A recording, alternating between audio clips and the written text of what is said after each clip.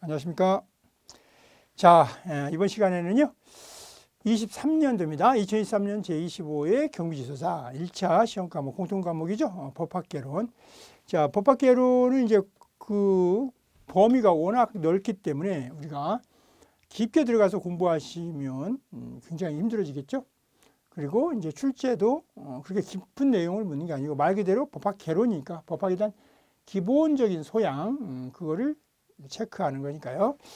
그 법학 일반부터 시작해서 마지막 그 사회법까지 해가지고 기본적인 법률 용어들, 물론 이제 그 기본적인 법률 용어들이라고 하는 게 그냥 막연히 그냥 너무 그냥 수박 겉핥기식의 그 용어 말고 때때로 뭐 조문들도 중요하죠. 그러니까 적어도 뭐 깊은 이론은 아니더라도 그 각 대표적인 그 법률 중 또는 헌법 중에서 가장 대표적인 조문들 정도는 좀 숙지를 하는 정도까지 해서 이제 전반적인 내용, 그렇죠? 기본적인 내용이다. 이제 그렇게 인식하시면 될 것 같고, 그러면서 이제 공부를 하시고, 그 다음에 이제 출제, 암만 해도 우리는 이제 시험을 준비하는 사람들이니까, 이제 어떤 내용들이 어느 파트에서 나올 거냐가 좀 항상 중요하죠. 그 중에서 이제 제가 항상 말씀드리는 게 40문제 중에 20문제 정도가 법학 일반, 그 다음에 헌법, 그 다음에 민법, 거기까지다.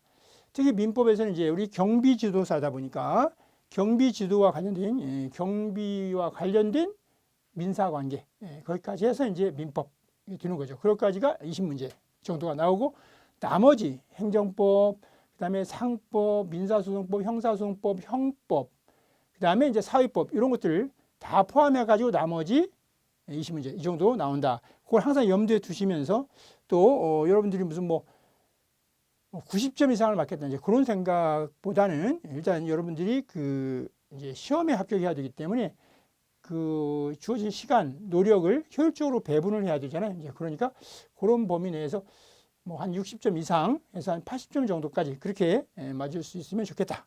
그런 내용으로 여러분들이 공부를 하시면 그 시행착오 없이 빠른 시간 내에 법학개론은 완성을 할 수 있다라고 생각이 듭니다.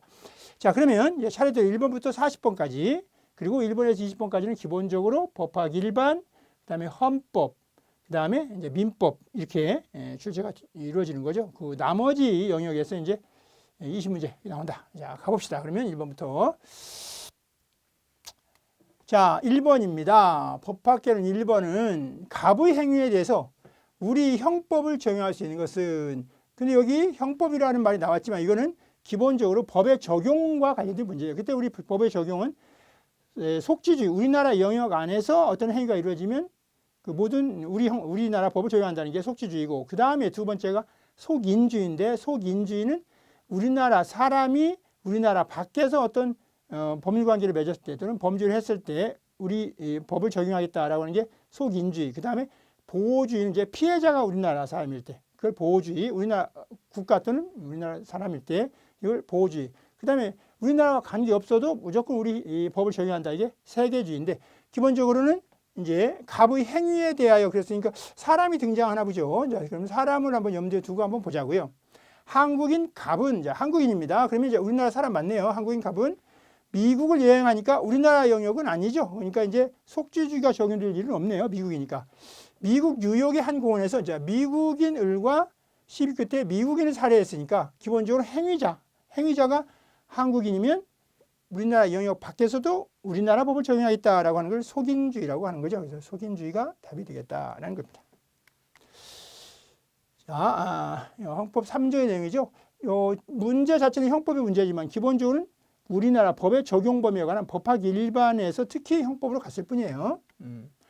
2번입니다. 자, 법원입니다. 여기 법원을 잘 보셔야 돼요. 여기 법원이 재판하는 법원인가 아니면 법의 근원, 원천, 법의 존재 형식을 말하는가. 그때 이제 법원은 법의 존재 형식이죠. 근원 원자니까.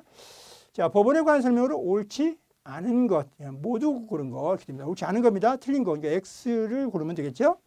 경비업법 시행령. 자, 어떤 법, 도로교통법 시행령, 경비업법 시행령, 건축법 시행령, 시행령은 모두 행정안전부령이 아니고 시행령이 붙은 것은 모두 대통령령이죠. 대통령령이니까 자, 틀린 거고. 민사관계에서 이제 민법 내용이네. 민사관계에서 법률의 규정이 없으면 어떻게 돼요? 민법 1조가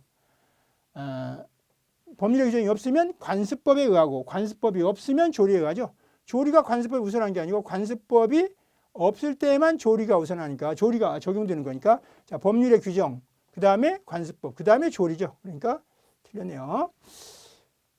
디귿 상사. 그러니까 이거는 이제 상법에 관한 법원을 묻는 거죠. 자, 상법 1조, 상법 1조는 상법의 규정이 없으면 상관습법이 의하지. 예, 상관습법에 의하고 상관습법이 민법보다는 우선한단 말이죠. 그래서 상법, 그 다음에 두 번째가 상관습법, 그 다음에 세 번째가 민법이죠. 세 번째, 민법은 일반법이고 상법은 민사관계 특별법이니까 요 성문법, 그 다음에 불문법, 그 다음에 민법. 이렇게 두 개는 상법과 관련된 거고, 이거는 민사니까, 민법이니까. 자, 이렇게 된 거죠. 그러면 뭐 다 틀렸네요. 그러면 4번이 답이 되겠다.